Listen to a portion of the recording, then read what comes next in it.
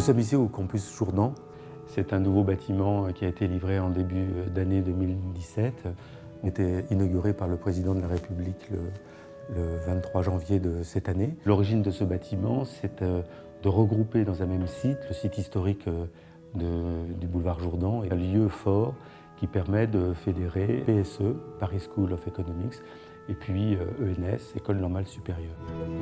Ce bâtiment, majestueux, beau, intégré dans le quartier, spacieux, a été en quelque sorte le chaînon indispensable pour que cette assise intellectuelle puisse se poser. Et c'est pour ça que je crois que tous les chercheurs de ce site Jourdan sont reconnaissants à ce projet architectural, de lui avoir donné les moyens d'exister de manière plus concrète.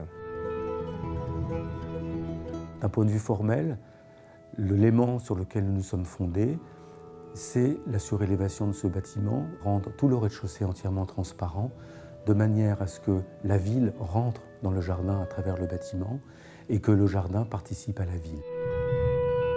Mettre en valeur le grand jardin central, la coulée verte, qui est dans le prolongement de la cité universitaire, qui participe à la biodiversité de l'ensemble du territoire et en particulier de cette zone de Paris. Un jardin humide qu'on a travaillé en liaison avec le paysagiste Thierry Laverne. C'était un élément très important pour la cohésion de ce bâtiment.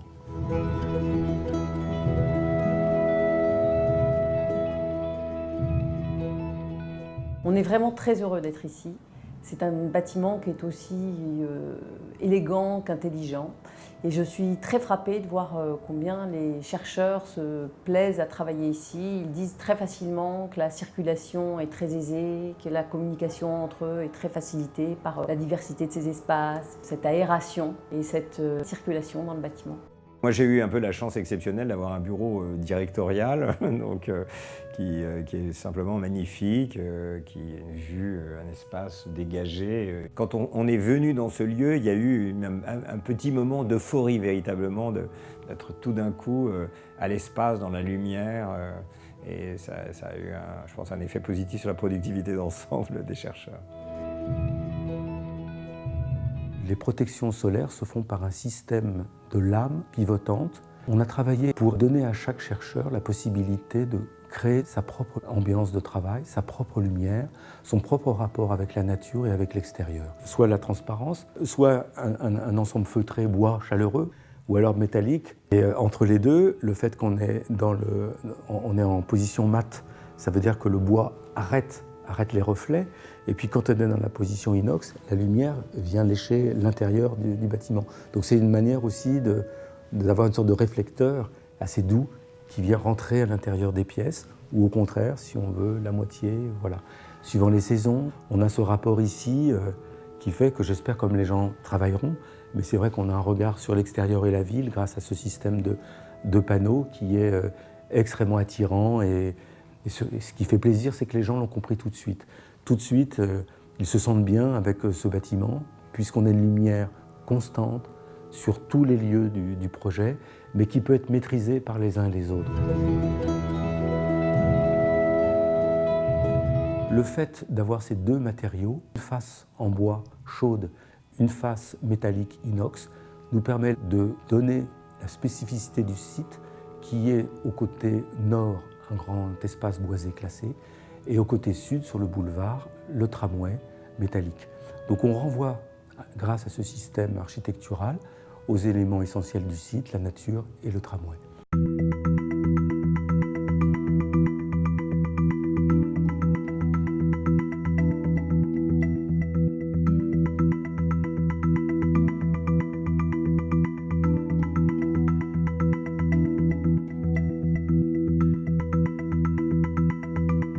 La composition de ces deux grands ensembles est reliée par un pincement au niveau central du bâtiment. Donc on a un point de convergence qui est cet escalier qui réunifie les deux écoles, mais aussi qui permet de les distinguer et qui permet à la fois aux étudiants, aux chercheurs, d'avoir différents parcours à travers l'immeuble. Quand on regarde cet escalier, on a un ascenseur dedans. Donc l'élément central, on croit qu'il est vertical, mais légèrement, il a un tout petit biais de 2 degrés. Et puis tout autour, on a cet escalier qui monte là, et il s'évase, il est en cône. C'est-à-dire que le garde-corps est toujours au même endroit, c'est un garde-corps en verre qui forme un cylindre, et le béton, il va de plus en plus grand. C'est-à-dire que quand on le regarde d'en bas, on accentue la perspective avec un effet qui s'évase. On a 2 mètres à peu près au rez-de-chaussée, on en a à peu près 4 à l'étage, c'est très important.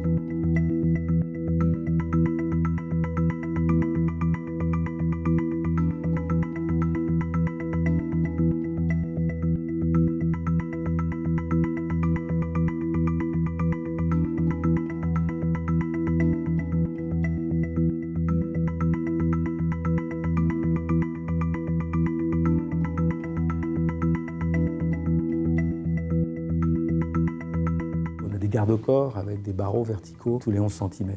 Normalement, on fabrique ces éléments de garde-corps, on fait des tranches de 2 mètres et puis on les colle avec un boulon à chaque fois. On a refusé de les coller bout à bout. On voulait un système où on a donné l'impression que tout le garde-corps il est unique sur les 6 étages de haut. Le façadier, le serrurier, il a fait des systèmes de grugés, il a préparé des petites pièces métalliques pour les gruger et ça ne se voit pas. Et quand vous regardez le garde-corps, vous ne voyez pas, vous avez l'impression que le garde-corps il est d'un seul tenant sur toute la hauteur de l'immeuble.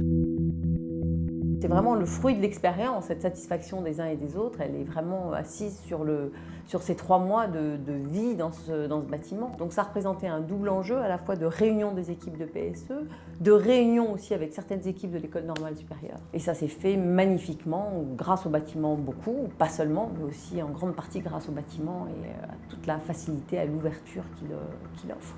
Ces salles suspendues sur le boulevard, qui sont comme des lanternes dans la ville, au carrefour de Jourdan et puis de la rue de la Tambissoire.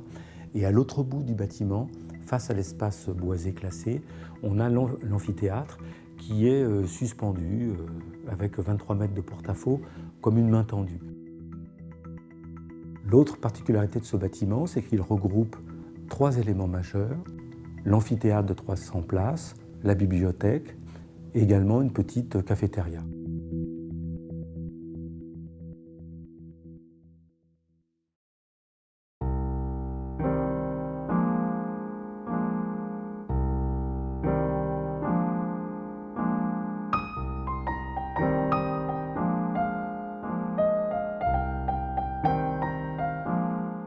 Toutes les parties communes sont revêtues en plafond d'aluminium et à un moment donné, on ne sait même plus si on est dans la réalité ou l'irréalité.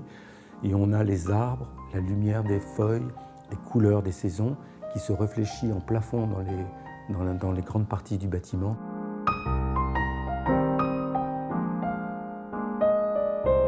On a un miroitement qui fait que ce bâtiment a beaucoup de particularités. C'est celle de pouvoir affirmer le temps qu'il fait, le temps qui passe.